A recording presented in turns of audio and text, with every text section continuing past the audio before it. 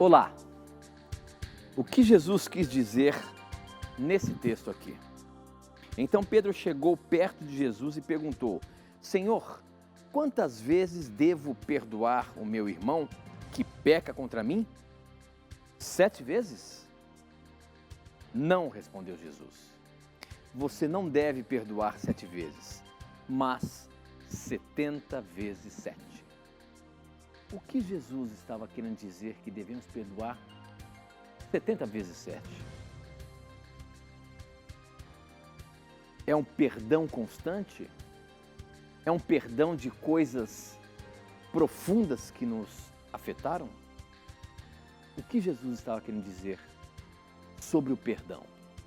Esta e muitas outras questões você acompanha agora, pois está no ar, Na Mira da Verdade.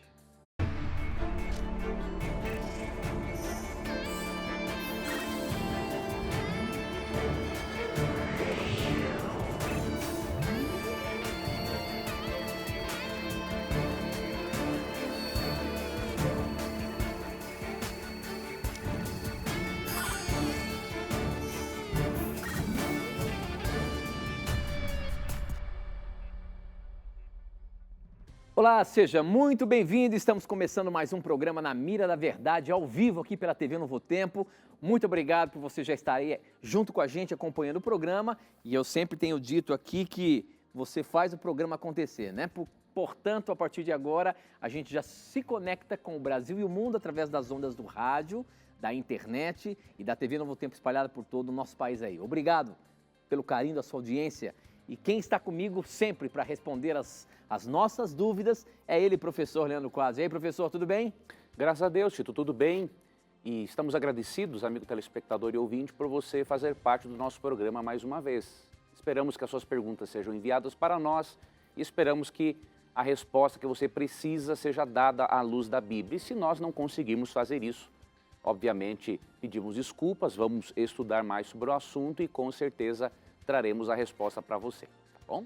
É isso que eu sempre quis, ver uma pergunta que você não conseguiu responder, mas você não me deu chance ainda de eu acertar a minha mira em você, meu amigo.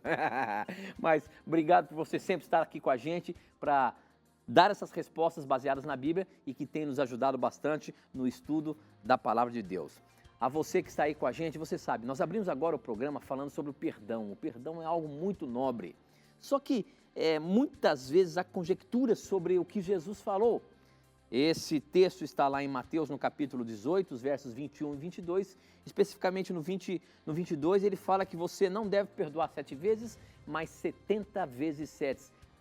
70 vezes 7. Professor, o que estava por trás disso que Jesus disse ali a Pedro, que não devia, que a gente não deve perdoar apenas 7 vezes, mas 70 vezes 7. O que Jesus queria dizer com essa frase? Primeiro eu quero ajudar o telespectador e ouvinte a entender o que Jesus não quis dizer. Existem muitos cristãos que leem esse texto e acabam sendo insensíveis em dizer, por exemplo, para uma vítima de um trauma profundo, como por exemplo de um estupro, de um abuso sexual, que ela deve perdoar até 70 vezes 7, ou que ela deve perdoar o ofensor criminoso da mesma forma que se perdoa, por exemplo, desentendimentos do cotidiano. Obviamente que um cristão, quando avalia desta forma, ele está sendo bastante insensível, né? Primeiro, não está compreendendo o texto bíblico devidamente. Em segundo ponto, está sendo insensível. Nós não podemos imaginar que uma pessoa que é vítima de uma fofoca ou de um palavrão, ela tem o mesmo trauma e a mesma cicatriz que uma pessoa que foi abusada sexualmente, por exemplo.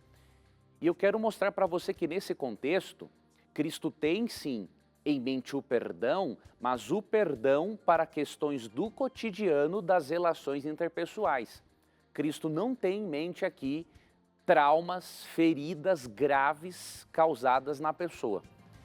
E para nós avaliarmos esse contexto e não colocarmos uma carga sobre as vítimas que elas não podem suportar, elas já têm uma carga muito grande por terem sido abusadas, até agora tem mais uma carga de alguém que quer se colocar no lugar de Deus e dizer para a pessoa como que ela deve reagir, não é, diante de um abuso. Para não corrermos esse risco aqui, nós vamos ver o contexto de Mateus 18, 21 e 22 e vamos ler aqui um texto paralelo que vai nos mostrar quais foram as questões que Cristo tinha em mente. A questão aqui não é se Jesus quer ou não que exista o perdão, é óbvio que ele quer que o ser humano sempre perdoe. Quando Cristo responde para Pedro para perdoar até 70 vezes 7, como disse o Dr. Roy Adams, num artigo sobre o perdão, na Revista Adventista de dezembro de 2017, ele diz o seguinte, que ali Cristo quer passar a ideia de que o perdão deve ser uma segunda natureza nossa, né?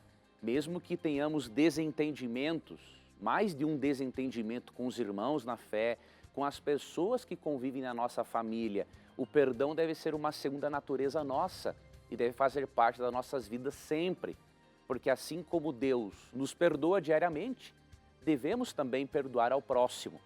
Tá? Então, Cristo quer realmente nos ensinar que o perdão deve ser uma segunda natureza nossa. Agora, a questão é, Cristo não tem em mente aqui abusos sexuais, estupro, homicídio, Cristo não tem isso em mente, né? Ele não tem propósito aqui de colocar uma carga sobre a vítima, que já se encontra com um trauma profundo, ele não tem esse objetivo aqui. Vamos ler aqui então Lucas 17, 3 e 4, que nos mostra esse contexto, né, do perdoar até 70 vezes 7. Se um irmão pecar, repreenda-o, e se ele se arrepender, perdoe-o. Mesmo que ele peque contra você 7 vezes por dia, e a cada vez se arrependa, ou seja, aqui há um arrependimento sincero, entendeu? E peça perdão, perdoe. Então veja, ele está falando aqui de desentendimentos entre irmãos, né? Problemas que existem diariamente nas relações interpessoais.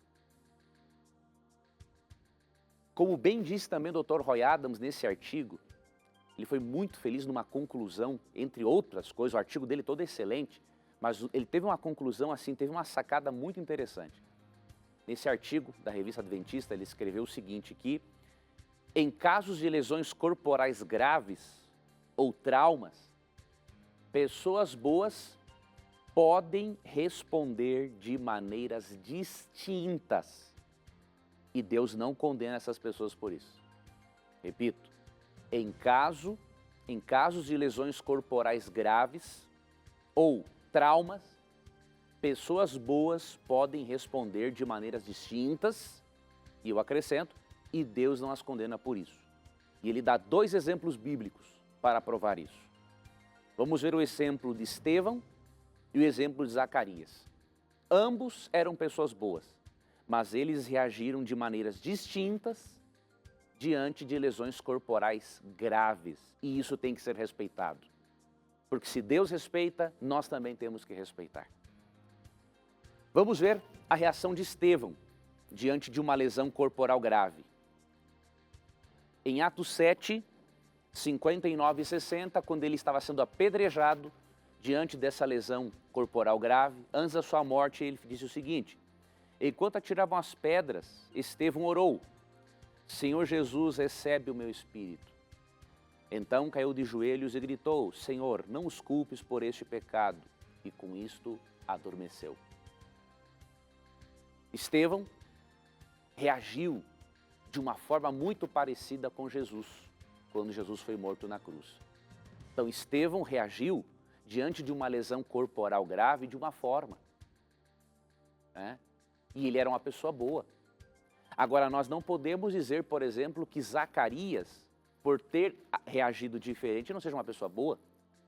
O profeta Zacarias agiu de uma maneira diferente de Estevão. E mesmo assim, Jesus endossou a oração de Zacarias em Lucas 11. E eu vou mostrar para você agora. Vamos ler 2 Crônicas 24, 21 e 22. Vamos então aqui abrir o texto. 2 Crônicas 24, 21 e 22. Vamos ver como que Zacarias reagiu diante de uma lesão corporal grave. Então os líderes conspiraram contra Zacarias e o rei ordenou que ele fosse morto por apedrejamento. Assim como Estevão foi morto, né, no Novo Testamento por apedrejamento, no pátio do templo do Senhor. O rei Joás não levou em conta a lealdade que Joiada, pai de Zacarias, lhe havia demonstrado e matou seu filho. As últimas palavras de Zacarias antes de morrer foram: que o Senhor veja o que estão fazendo e vingue a minha morte. Você percebeu? O que o Dr. Roy Adams falou é exato. Pessoas boas reagem de maneiras distintas, diferentes, diante de lesões corporais graves, e isso tem que ser respeitado. E curioso é que Cristo endossou essa oração de Zacarias. Cristo não condenou Zacarias, disse assim: Zacarias estava errado porque ele tinha que ter reagido como Estevão, por exemplo, quando ele foi apedrejado. Cristo não fez isso. Então, em Lucas 11:51, desde o assassinato do justo Abel até o de Zacarias, morto entre o altar e o santuário, sim, certamente essa geração será considerada responsável. Zacarias, numa lesão corporal grave, pediu vingança para Deus. Ele não fez justiça com as próprias mãos, porque Deus não quer que nós façamos isso. Mas ele pediu vingança, que Deus fizesse vingança. E Cristo aprovou a oração de Zacarias, dizendo que Deus iria, sim, executar a vingança. Então, uma vítima de lesão corporal grave, ela tem todo o direito de expressar a sua dor, a sua revolta, até mesmo porque é vivendo as dores e deixando as lágrimas rolarem que a cura vai vindo, mas essa pessoa também tem que ser livre para pedir a Deus que a vingue diante do criminoso, diante do abusador, diante do estuprador.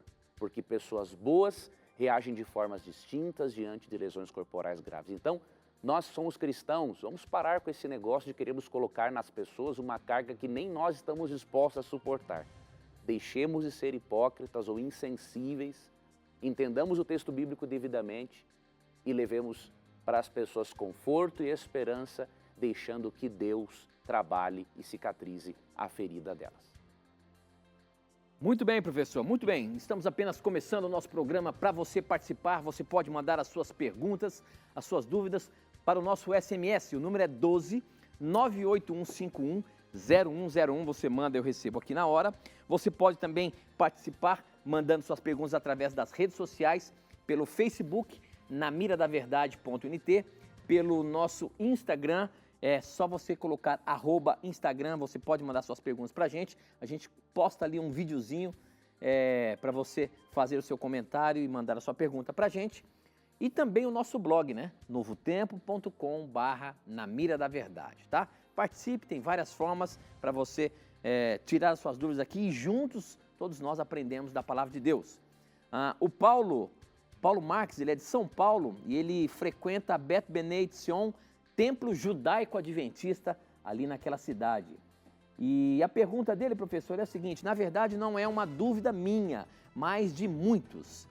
Esclareça, professor, para os ouvintes sobre a passagem do livro de Juliana, Apocalipse, em hebraico, né? O Apocalipse 14:12. Aqui está a perseverança dos Kadoshim, santos. Deixa eu ver se é assim que fala. Kadoshim, santos, né, em hebraico, né? Ele cita a primeira palavra hebraico, depois ele dá o significado. Aqui estão os que guardam os mitzvot, mandamentos de Elohim, Deus, e emuná, fé, de Yoshua, Jesus. Ou seja, aqui está a perseverança dos que guardam, aqui está a perseverança dos santos, que guardam os mandamentos de Deus e a fé em Jesus. Agora, ele fala o seguinte, professor: o significado de mitzvot é mandamentos, mas se refere aos 613 mandamentos judaicos. Então, a perseverança aqui nesse texto implica em obedecermos os 613 mandamentos?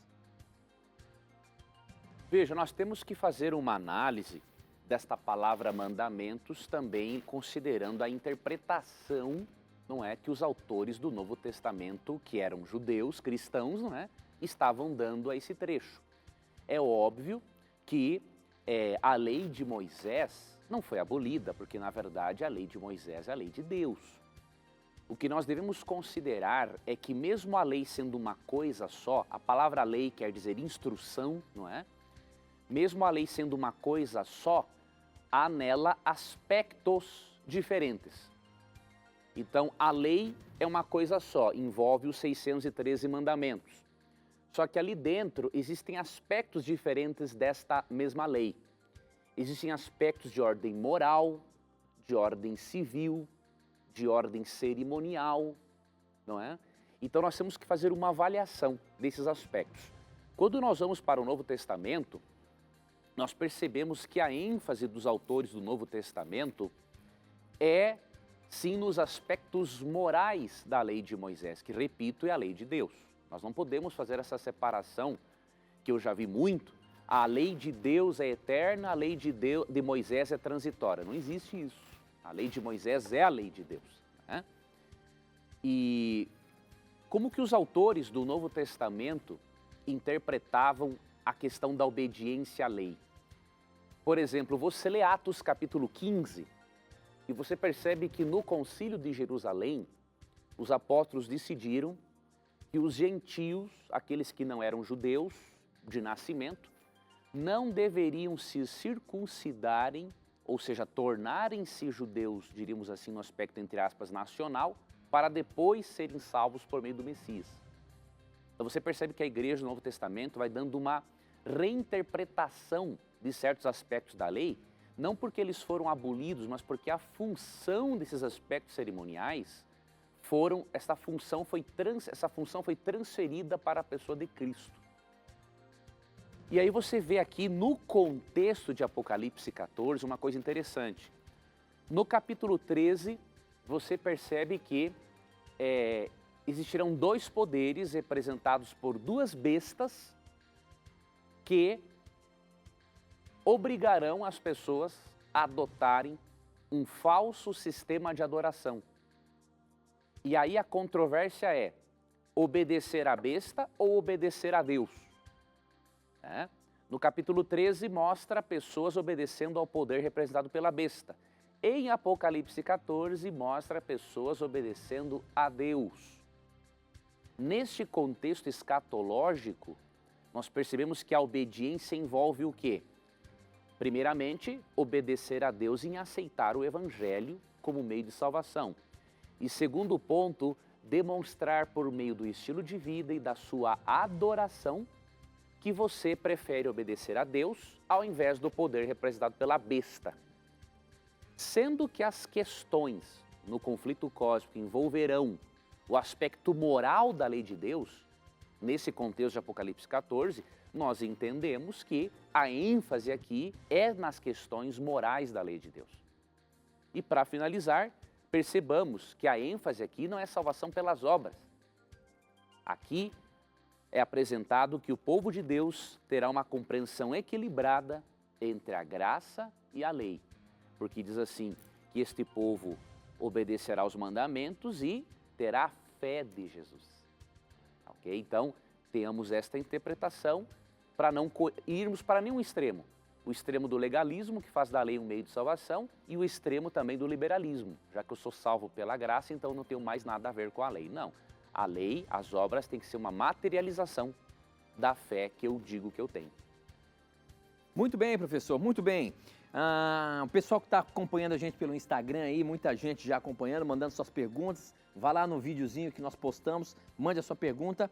E nós temos uma pergunta que está vindo de longe aqui, vem de Portugal, Lisboa. Quem mandou foi, deixa eu ver o nome dela, o Dinei Garrido. Ele está falando, deixa eu ver aqui, mas na verdade, esse é o perfil de Ney, mas é Neide.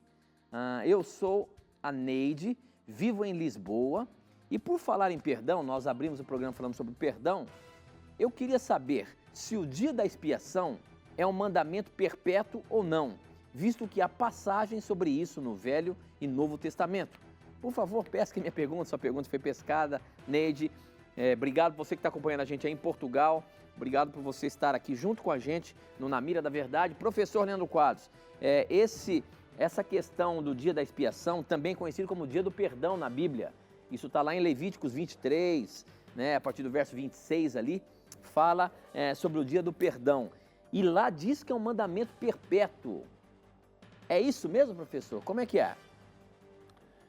Veja, nós vamos considerar uma coisa. A Bíblia diz, né, dia da expiação como mandamento perpétuo, só que no contexto ali, em Levítico, né, 16, você percebe que ele era perpétuo para o povo de Israel. Você tem que analisar que o termo perpétuo na Bíblia, ele pode significar um tempo finito ou um tempo finito, né? Depende do contexto onde o termo aparece. Um exemplo, em 1 Crônicas 28:4, é dito que Davi seria rei eternamente em Israel. Só que você vai para o capítulo 29:27 e é dito que ele foi rei durante 40 anos. Isso não é uma contradição. Simplesmente o termo perpétuo, ele pode se referir a um tempo finito quando ele está ligado a um sujeito ou objeto de natureza finita. Então, como Davi é um sujeito de natureza finita, o termo perpétuo significa simplesmente 40 anos no caso dele. Tá? Agora, no caso, por exemplo, do mandamento do sábado, que as pessoas gostam de fazer esse trocadilho, né? Bom, se o dia da expiação se o sábado é perpétuo, então devemos observá-lo hoje, então deveríamos observar o dia da expiação e a circuncisão, porque também são mandamentos perpétuos. Então, as pessoas erram em não compreender isso, que o termo perpétuo, ele se refere a um tempo sem fim quando é ligado a um objeto ou sujeito ou algum conceito de natureza eterna. O sábado nós não podemos enquadrar na mesma categoria de perpétuo, como por exemplo circuncisão, dia da expiação, porque nós percebemos que o sábado, ele transcende este mundo de pecado. Deus cria o mandamento do sábado antes de existir o pecado, né? Em Gênesis 2:1-3, e você vê que o sábado será observado na nova terra, no mundo sem pecado. Então, quando fala que o sábado é perpétuo, é porque ele é eterno mesmo, né? Porque ele é um princípio eterno e, portanto, quando este princípio eterno está ligado ao termo eterno, quer dizer para sempre. Agora, a festa da expiação, circuncisão, não. Elas não são de natureza eterna, elas não fazem parte de um mundo sem pecado. Tá? E eu finalizo com uma citação do Dr. H.G. Moule. Ele diz o seguinte, que o termo eterno ou perpétuo no original, não é? Ele vai significar um período finito ou infinito, dependendo do sujeito ligado a ele. Então, por exemplo, ele até dá esse exemplo. Quando fala do castigo eterno dos ímpios, é eterno enquanto dure, na compreensão bíblica, porque o termo eterno está ligado a pessoas, que são os ímpios, que não têm uma natureza eterna. Eles não comerão da árvore da vida. Agora, quando fala da vida do justo, o termo perpétuo ou eterno significa um tempo sem fim, porque ele terá uma natureza eterna por ter comido da árvore da vida. Professor, será que a gente pode utilizar que essa questão do dia do perdão, ele não pode realmente ser eterno, a despeito de que esse dia do perdão era feito no santuário, que é o modelo do santuário que existe no céu, porém o pecado não vai ser eterno, correto? Então, o que vai acontecer? Se existe esse modelo do santuário e que tinha todas as coisas do santuário terrestre, era o modelo do que existe no céu, isso quer dizer que também no céu existe esse dia da expiação. Porém, só que o dia da expiação está relacionado com o pecado, certo? Que é a purificação dos pecados. E o pecado não vai ser eterno. Por que eu estou falando isso? Porque as perguntas já começam a emendar no assunto.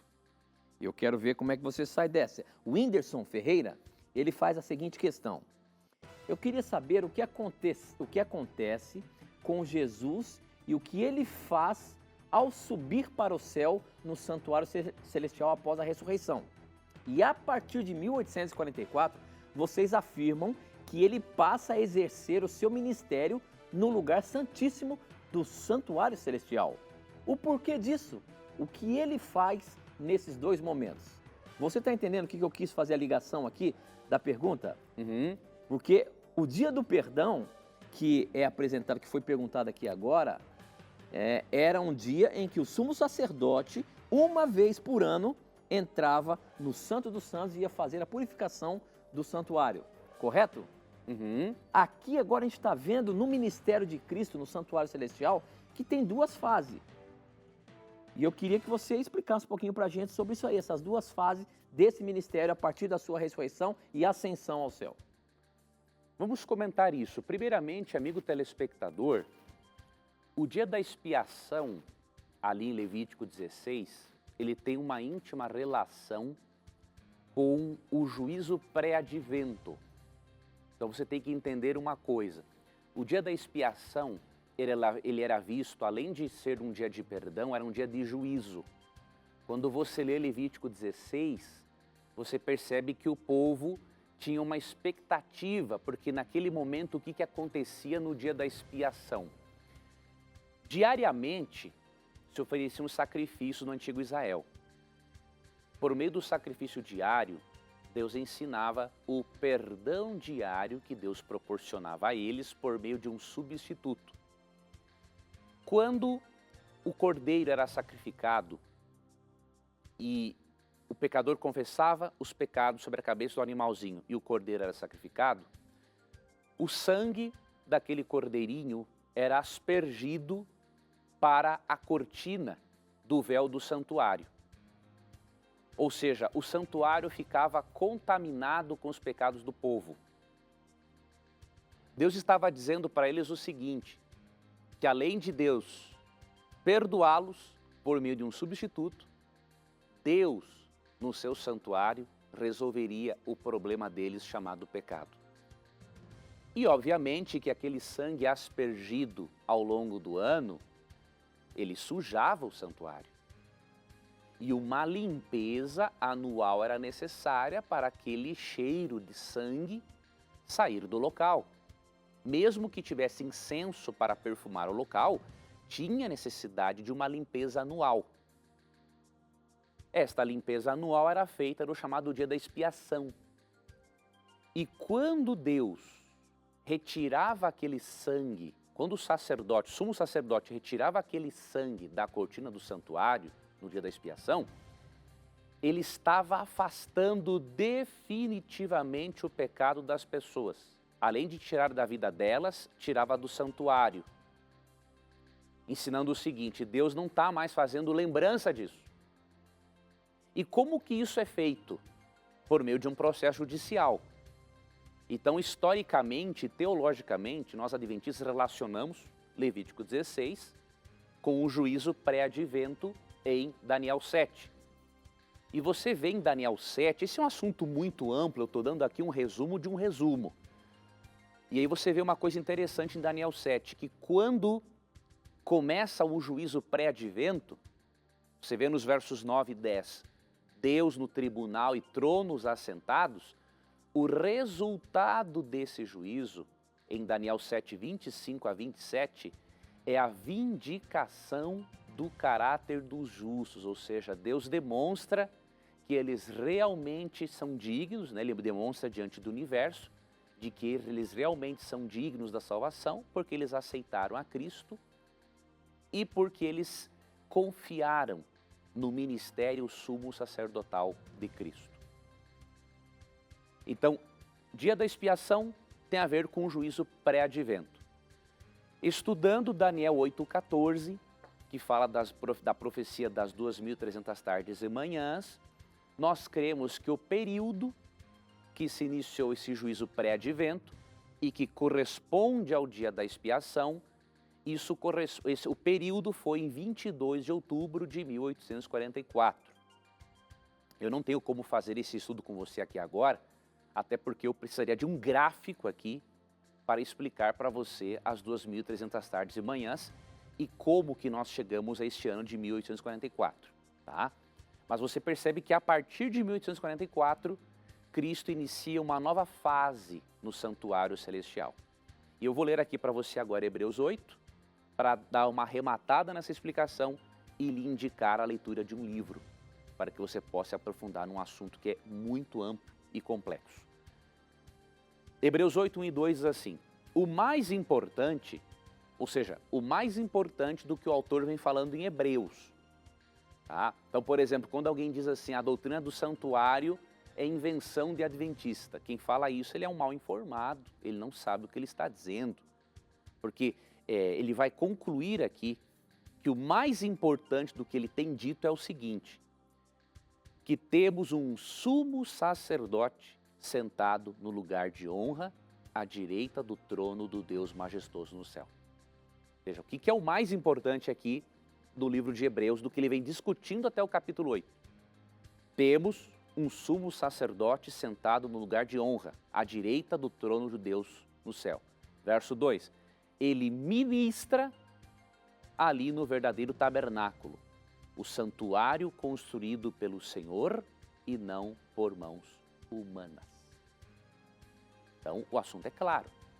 Mesmo que o texto não revele, amigo telespectador e ouvinte, os detalhes que envolvem essa ministração, o texto é claro em dizer o seguinte: nós temos um sumo sacerdote, está à direita de Deus e ele ministra no verdadeiro tabernáculo ou santuário que foi construído por Deus. Se você estudar todo o sistema ritual do Antigo Testamento, você vê que na figura do cordeiro e do sacerdote, Cristo estava representado. O cordeiro que era oferecido no lugar do pecador representa Cristo oferecido no lugar do pecador na cruz. O sacerdote e o sumo sacerdote que trabalhavam pelo perdão do povo representam o sumo sacerdócio de Cristo no santuário celestial. Então uma coisa está ligada à outra. Cristo se encontra hoje no santuário como seu advogado e como seu juiz. É isso que ensina a doutrina do santuário. E aí eu lhe pergunto, se o seu advogado é o seu juiz, por que você vai temer o veredito final? Se você permanecer em Cristo, a sua causa está mais do que ganha. Em resumo, é isso que a doutrina do santuário quer nos ensinar. Muito bem, professor, muito bem. Nós temos que ir para um intervalo rápido, não sai daí não. Formule uma boa pergunta, manda para a gente volta já já.